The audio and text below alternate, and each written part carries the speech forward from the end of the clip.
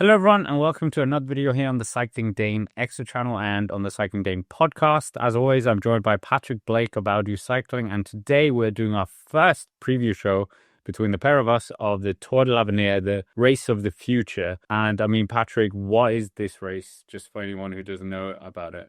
So this is a race organised by the same people who organised the Tour de France, and it is essentially the under-23 Tour de France. It's for riders who, as the name suggests, are under the age of 23, and they are the riders of the future. So this is the Tour of the future. And therefore, you're going to see climb names from the Tour de France years gone by, and give us a bit of a sense as to which riders are going to be competing in the Tour de France and perhaps winning it in the future, which is why it's important to pay attention to these people if you want bragging rights amongst your friends to be the person who knew about the breakout talent before anybody else did. I mean, you've talked about this in transfer talks as well, because there's more development teams now involved in the sport. Now, this is really the under-23 Tour de France in every sense, because you can see the Visma team Visma riders versus the UAE riders, but it works more in the Giro, under 23 Giro, because there's no national teams. This is national teams. But previous winners of this, obviously, Tadej Pogačar is the poster boy of success from this. We've had Egan Bernal also winning the Tour de France and this in the other order. But we've seen others not really reaching the same heights. Tobias Foss, world time trial champion, and ninth in the Giro d'Italia, but not really the same as Egan Bernal and Tadej Pogačar. Tobias Hansen, we saw him break through in the Tour this year, getting a top 10. Yeah, Isaac Del Toro, very good this year as well. So he's another name in more recent years. Adam Yates, Sammy Yates, they all did well. They didn't win it, but there's also riders who won this and never did anything. Sika, famously. Marc Soler is a previous winner of this while he was still riding for Movistar, which, yeah, we'll see that in this one as well. You could be a World Tour rider and race this. But Patrick, we might as well start. What does the route look like for the riders here? Well, I'll tell you what, Scott. Whoever designed this course hates children. And I think somebody should call Childline or something, because this is borderline neglect. We start off in a almost quite UK fashion. This is a short time trial, but it's all uphill. It's essentially just a hill climb. It's 3.3 kilometers long up to Teen, the climb where we've seen Ben O'Connor win, obviously, back in 2021. That's when O'Connor won up Teen. And just 3 kilometers at 7.9%, just to start us off on the first day. Nice and short, nice and easy. But, the preparation is going to be just as intense and planned out for such a short effort. Stage, I hate when this happens. Stage 1, which is actually the second stage because it's a prologue, but anyway, whatever. Stage 1 on the road goes from Ulst to Saint-Galmier. This is 189 kilometers long, which is, no mean feat for some of these under-23 riders, but you see a lot of these riders doing some big, some of them have done World Tour level events, so they're quite adept at these sorts of things. But anyway, this is mainly characterized by the Col de Brosse, which is a 15.4 kilometer, 3.3% climb. And then you have a gradual descent down to the finish line in Saint-Galmier. So more than likely, this is going to be a sprint, as will stage 2, Saint-Frodien-sur-Coise to Vitry-en-Chalaronne. This is more up and down than stage 1, starting off with a category 3 climb and then a couple of cat 4s. But generally, this is going to be a sprint, more than likely, because we've got less than 2,000 meters of climbing in 137 kilometers. Stage 3 will go from Étang-sur-Arroux to Châtillon-sur-Chalaronne. This is again pretty flat, 1,500 meters in 159 kilometers. 3 category 4 climbs along the way and a small 1 kilometer 3% later on within the last 10 kilometers, but not really enough to disrupt the sprinters. Stage 4, we go from Montagnat to Val-Seurat. This is 121 kilometers long, just under 1,500 meters of climbing. Only climb in here is the Col de l'Aubépin, which is 4 kilometers at 6% in the middle. So again, probably going to be a sprint. But now, Scott, we enter into the child abuse area, because this is just ridiculous what they've put in store here. I honestly can't believe this. So, stage 5, we go from Saint-Gervais-Mont-Blanc to Teen. So, for those counting, this is the second time we're going up to Teen. This is 121 kilometers long, but it has just shy of 4,000 meters of climbing in here. We kick off up the Col de Seize, which is 13.8 kilometers at 5%, a descent into the valley. From the Beaufort side, we go up the Cormet de Roselin, 20.3 kilometers at 6%, then a descent down into Bourg Saint-Maurice, and then we go up to Tignes, which is 26.2 kilometers at 4.8%. Obviously, there are ramps in there which go up a little bit steeper to like 7%, but there are some flatter sections in there as well. But yeah, going up to altitude on stage 5 of the Tour de l'Avenir. Then, the day after, right? This is where things get even more ridiculous. So, stage 6A, you heard that right? 6A, part 1 of the day, is a 42-kilometer road stage, which kicks off with the Col San Carlo. This is 10 kilometers at 10%. Down a little bit, and then up the Col du Petit Saint Bernard. This is 13.2 kilometers at 5.6%. Another descent, and then lastly up to La Rosière, 2.2 kilometers at 6%. So you know the feeling when you get some cafe legs on your ride and you've set off and it feels terrible. Well, imagine then being told that stage 6B in the afternoon, you then have to do a 10-kilometer hill, just hill climb again, like you did on the first stage, up to La Rosière, which is 10 kilometers at 6.6%, but with the first 5Ks averaging over 9%. What? But seriously? Like, I would argue those last 2 days where you've is worse than some of the stuff we saw in the actual Tour de France. Like that. What climb was it called? In 6A, the Colle San Carlo, 10Ks at 10%. I don't think I've ever seen that in a professional bike race. Oh, so let's just give it to the under-23 riders, shall we? They'll be, nice little guinea pigs to unleash on it. But what do you reckon to it, Scott? There's quite a lot of sprint stages like early on, bookended with hill climbs and some pretty devastating GC mountain days as well. I think you summed it up very neatly. They had child abuse. I mean, adolescence abuse, I guess. Some of them, my children. Yeah, I wasn't actually aware that they split the final stage into 2 sections. This A-B thing, we never, do we actually see that in the men's at all? Maybe Copia Bartoli, that's the only one I can think of. Maybe we've seen that, but yeah, quite savage. And yeah, like you said, if you go deep on that A, and then go into B. How much time do they even get between the 2 stages? Ruthless. 10 minutes. Go. I don't know how long. Will the last rider finish before the first rider starts on the... So like the last rider gets up the stage. It's like, right, you're off. You have to go do that climb now. Get over to Mont Valaisan right now. Wow, it's pretty brutal. But we might as well talk about who of these guys who are doing this savage route or these savage Tuesdays are the favorites. Last year we had Joe Blackmore winning. Quite a strange win because it looked like it was going to be Pablo Torres winning it, I think, or Widar, but then there was this massive attack or breakaway and they didn't quite follow. So the whole thing flipped its head a bit. And I mean, that's also one of the exciting parts of under-23 racing. Yeah, Patrick, who do you see as our first talking point? There's a few riders who've taken place in this race who are in World Tour teams already and have been very good in World Tour level races. So I think it's probably only fair to start with one of those. I would say, let's start with France, because they have probably one of the favourites, if not the favourite, in Paul Seixas. Yeah, he's had, what was he? He was one of he finished top 10 in the Criterium de Dauphiné, and then you're coming here. It feels a bit cheating, but I think it was Josh Tarling that said it as well, that he didn't really like going into the under-23 category because he was getting all the support from a World Tour team, and he knew other under-23 riders weren't doing that. So fair play to him. But Paul Seixas doesn't care about that at all. He's here. And France have had winners before. Warren Barguil dominating when he won it. And Paul Seixas, you and Ewan are very high on this kid. And the Decathlon AG2R look like they've been structuring the future of the team around him as well. So a lot of faith in this guy. And obviously we haven't had a French winner in the Tour de France for many, many years.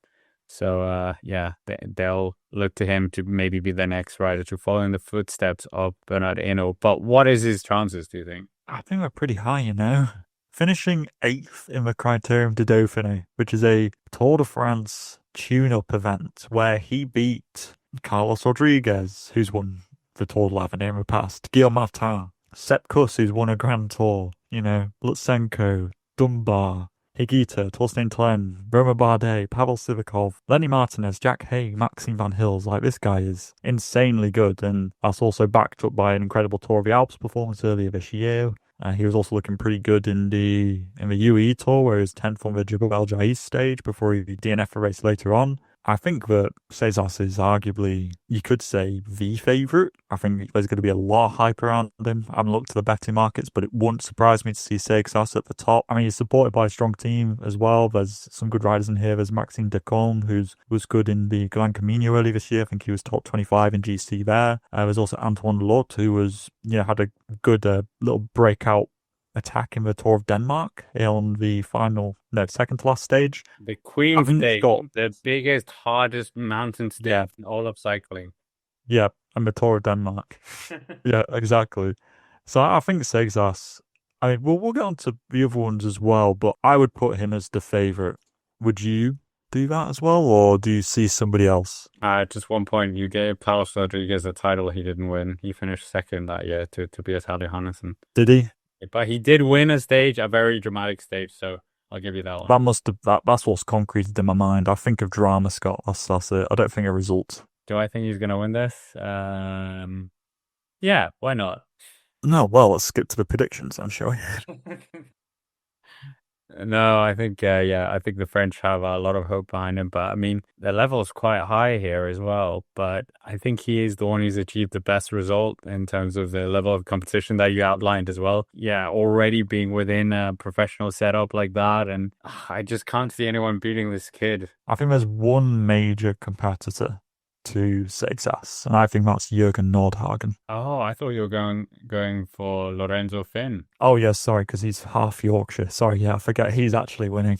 Yeah, sorry. No, but seriously, I think Jorgen Nordhagen, I mean, he's in the Visma Lease bike setup. He's got a whole team around him here. I mean, he's got a lot of kind of big rouleurs around him, not many out-and-out climbers. But yeah, he was 4th in the Giro d'Italia Next Gen, 33rd in San Sebastian, which is, World Tour level event, 13th in the Tour of Norway. I think probably most impressively this year was the 13th place in the Tour de Romandie, with an 8th place up Tion de Mille, which was the one which Lenny Martinez just about beat Joao Almeida up. I think Nordhagen has shown himself in World Tour level events as well. He had a little bit of a rocky start to the year though, didn't he? Kind of took a while to get into the season. I can't exactly remember what was wrong with him, but a little bit of injury. Took a while to get into the season, but I think that Nordhagen is one of the big futures of this sport, and the fact that he's already signed up to Visma Lease bike until the end of 2027 is a real testament to that. So I think that Nordhagen is the main adversary for Seixas, and he's Scandinavian, Scott. Would you not? You're not backing him?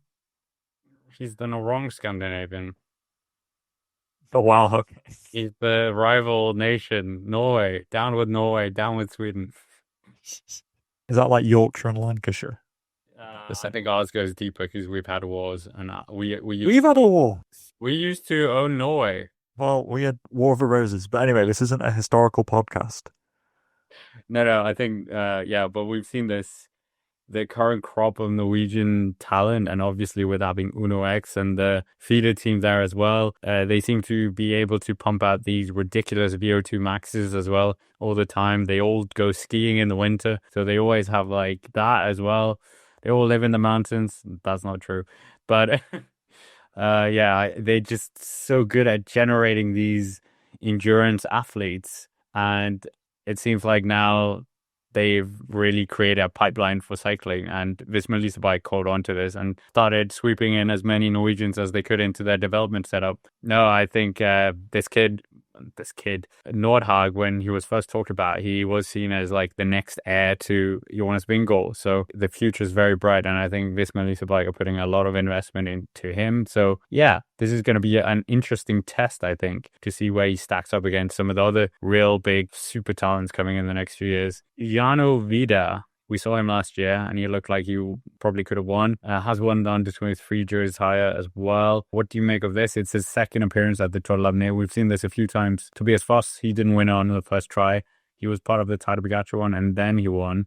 And I think maybe he even did 3 editions, if I'm not mistaken. So, yeah, what do you make of his chances of maybe winning again? And what do you think of the rest of the Belgian team? Tim Rex, related to Laurent Rex, just signed with the Visma Loosbike team as well. Yeah, Vidar's got a really good shot. I think a big advantage for him is that all the time trialing kilometers are uphill. If there were flat time trial kilometers in here, I think that would be a big downfall for him, but he's had a good year. He was 7th in the Tour des Alpes Maritime, 5th place on the first stage, so like he really knows how to tussle up with the big talent, but also like 2nd in the Circuit d'Ardennes. He won Liège-Bastogne-Liège under 23. Le Flandre de l'Isère, he won that. He DNF'd the Giro d'Italia Next Gen on the 8th stage. He didn't start that, but he did win stage 3 by 7 seconds over Lorenzo Finn, and then 24 over Pericas, Luke Tuckwell, Pavel Noval, Jakob Omerzel, and Jorgen Nordhagen. He put in like 40 seconds. People who are his main competitors in this race, he was putting away in that race. So who knows where he would have ended up in the Giro d'Italia Next Gen, quite frankly. And just recently, the Giro Ciclisto delle Valle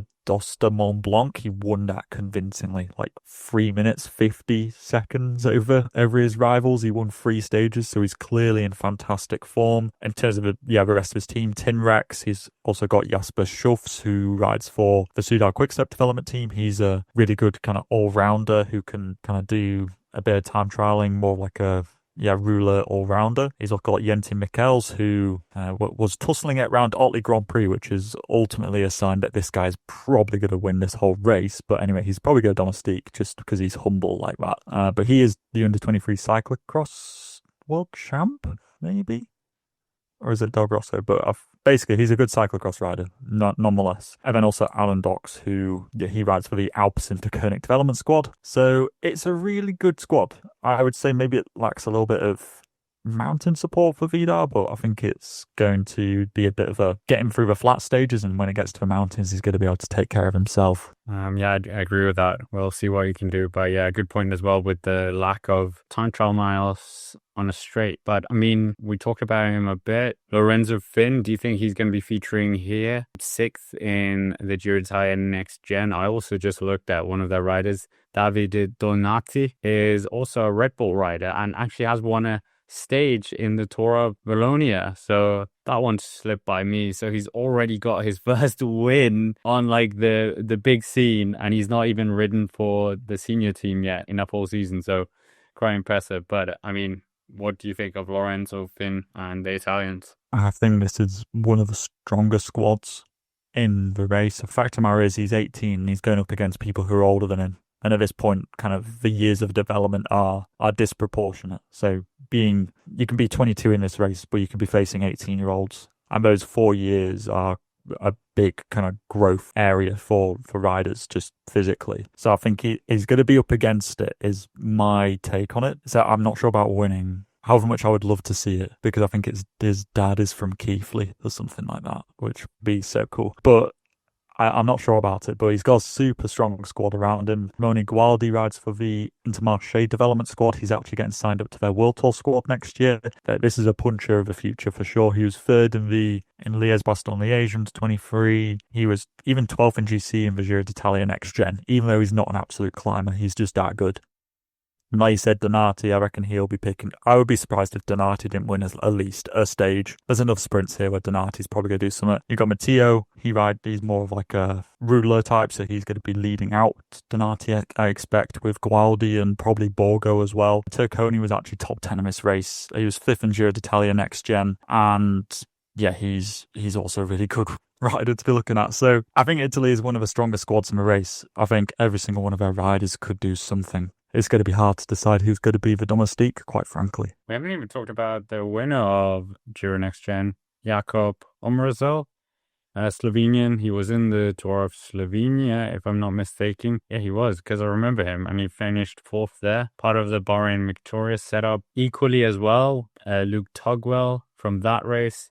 part of the Red Bull Bora Hansgrohe squad. Pablo Torres is also here. He finished third in the Giro del Abruzzo this year, and obviously he was close to winning the title last year. So, I mean, those three as well, they could very much be at the spearhead of this race. So many guys in this race. It's crazy. More competitive than the Vuelta and the Tour. Yeah, it literally is. And Spain's also got Adria Pericas as well. So UAE Team Emirates Gen Z have got Pablo Torres and Adria Pericas in here is on the same squad, which is going to be really interesting to see. Both of those guys have got huge futures. Pericas has signed up has been signed up to 2030 for UAE Team Emirates.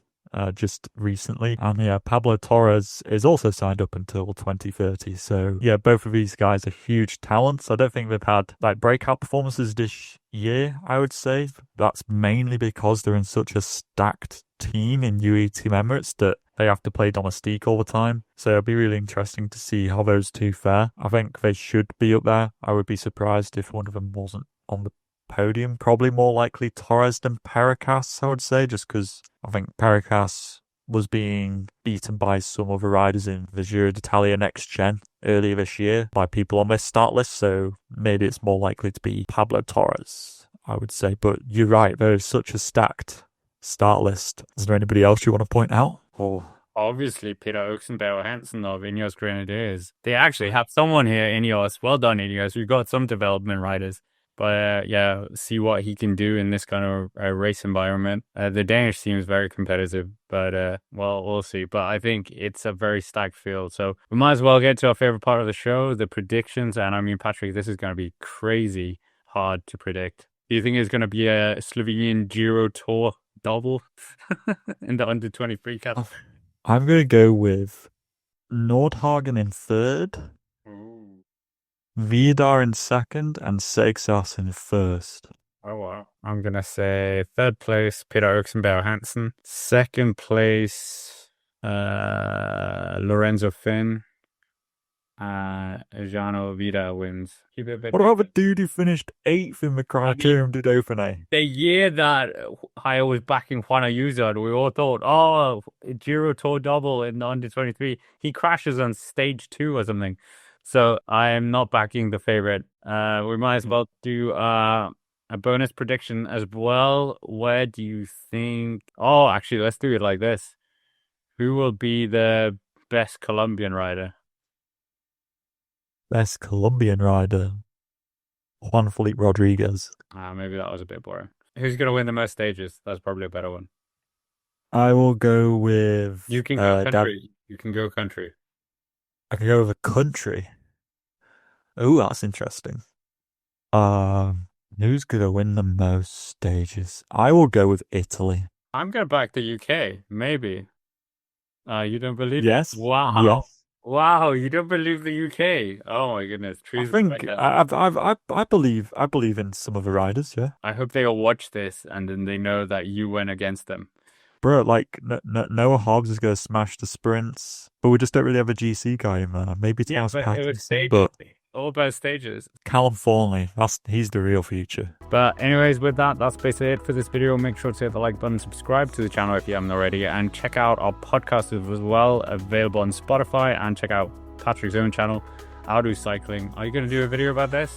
No, sadly, there isn't a fantasy game for the Tour de l'Avenir, much to my dismay. Maybe I'll have to make one. I think you do.